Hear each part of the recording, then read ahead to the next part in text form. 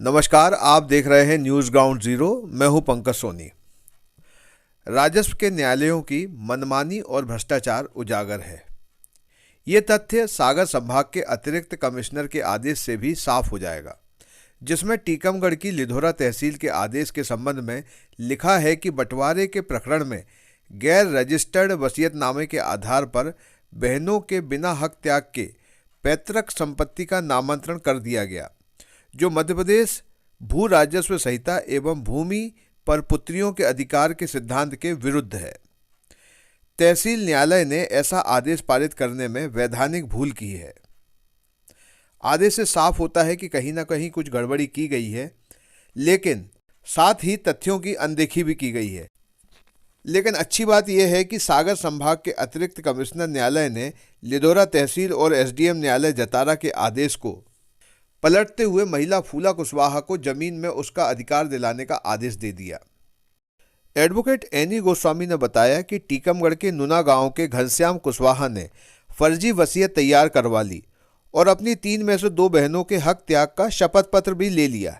इसके आधार पर उसने पहले लिधोरा तहसील और एसडीएम जतारा कोर्ट में पैतृक संपत्ति का अपने हक में नामांतरण करवा लिया। लेकिन अतिरिक्त कमिश्नर न्यायालय में फूला कुशवाहा को न्याय मिला, जिसमें अतिरिक्त कमिश्नर न्यायालय ने एसडीएम व तहसीलदार को पैतृक संपत्ति के दस्तावेज में न केवल फूला कुशवाहा बल्कि उसकी 2 बहनों के नाम भी जोड़ने के आदेश दिए। न्याय मिलने की आस छोड़ चुके फूला कुशवाहा के पति पन्ना लाल ने कोर्ट पहुंचकर अधिवक्ता एनी गोस्वामी और उनके साथियों का फूल माला और मिठाई खिलाकर सम्मान भी किया।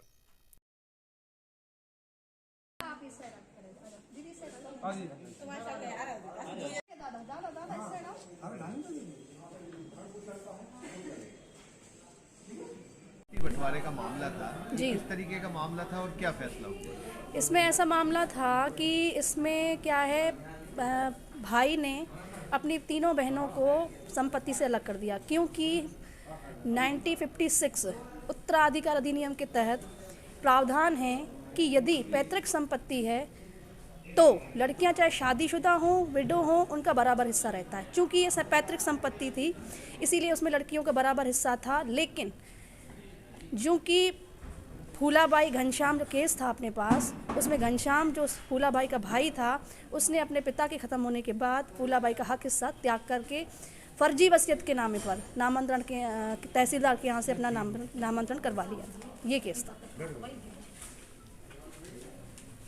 ये जो वसीयत बनाई थी, ये उनके जीते जी बनी थी या उनके मरने के बाद किस तरीके से बनी थी? ये तो टोटल फर्जी वसीयत थी। चूँकि हम लोगों की कोर्ट की लैंग्वेज में हम लोग जो फाइल पढ़ते हैं, उसमें क्या है, वसीयत पूरी रजिस्टर्ड होनी चाहिए, उसमें पूरी ओरिजिनल होनी चाहिए, ना कि वो ओरिजिनल भी नहीं थी, ऊपर से उसमें रजिस्टर्ड भी नहीं थी, किसी भी गवाह का कोई नाम नहीं था।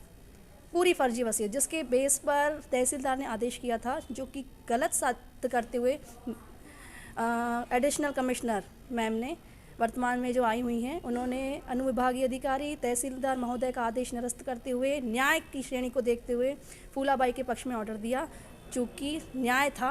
और क्योंकि पैतृक संपत्ति में हिस्सा रहता है, जो कि हमने अपनी फाइल के माध्यम से मैडम को कई पॉइंट्स ऐसे बताए थे जो लीगल थे, उस बेस पे मैडम ने मान्य देते हुए फूलाबाई के पक्ष में ऑर्डर दिया और सभी का नामांतरण करने का आदेश दिया। जो इनके ससुर साहब थे, इनके पास बहुत गरीब आदमी है, इनके पास 1 डिसमिल ज़मीन नहीं है। जो इनके ससुर साहब थे वे कह रहे थे कि हम 5 बीघा जगह देंगे आपको। यही बात है ना। और इसके इनके पिताजी ख़त्म होने के बाद इनके जो साले साहब हैं 1 बीघा ज़मीन दी और झूठा वो वसीयत का लिखा लिया। तो जो हमारे पास बोले प्रधान जी ऐसी बात है, तो हमने चलो अच्छा हम देखते हैं क्या है इस केस में। तो हमने इनकी सहायता की और मैं यहाँ सागर आया केस लेके और इनकी हेल्प की। इनको नहीं याद है। क्या नाम है आपका? Sandeep Yadav. News ground zero.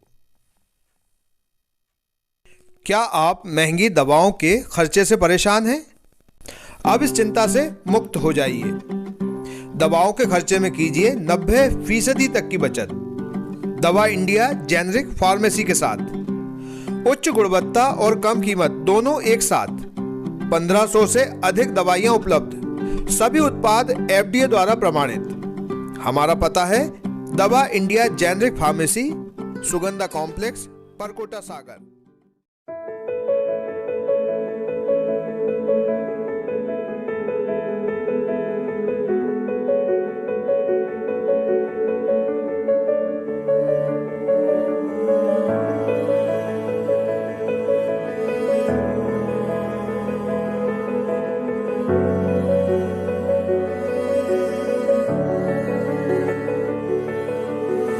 शहर से बाहर जाने के लिए वन वे टैक्सी चाहिए या लोकल सिटी के लिए कैब या फिर एयरपोर्ट पे ड्रॉप की हो जरूरत? चुनिए अपनी पसंद की कैब और पाइए बेस्ट ऑफर्स के साथ मोस्ट कंफर्टेबल व सेफ राइड सिर्फ और सिर्फ MP कैब पर। आज ही गूगल प्ले स्टोर से MP कैब की एंड्रॉइड ऐप डाउनलोड करें या विजिट करें www.mpcab.in और बुक करें अपनी राइड।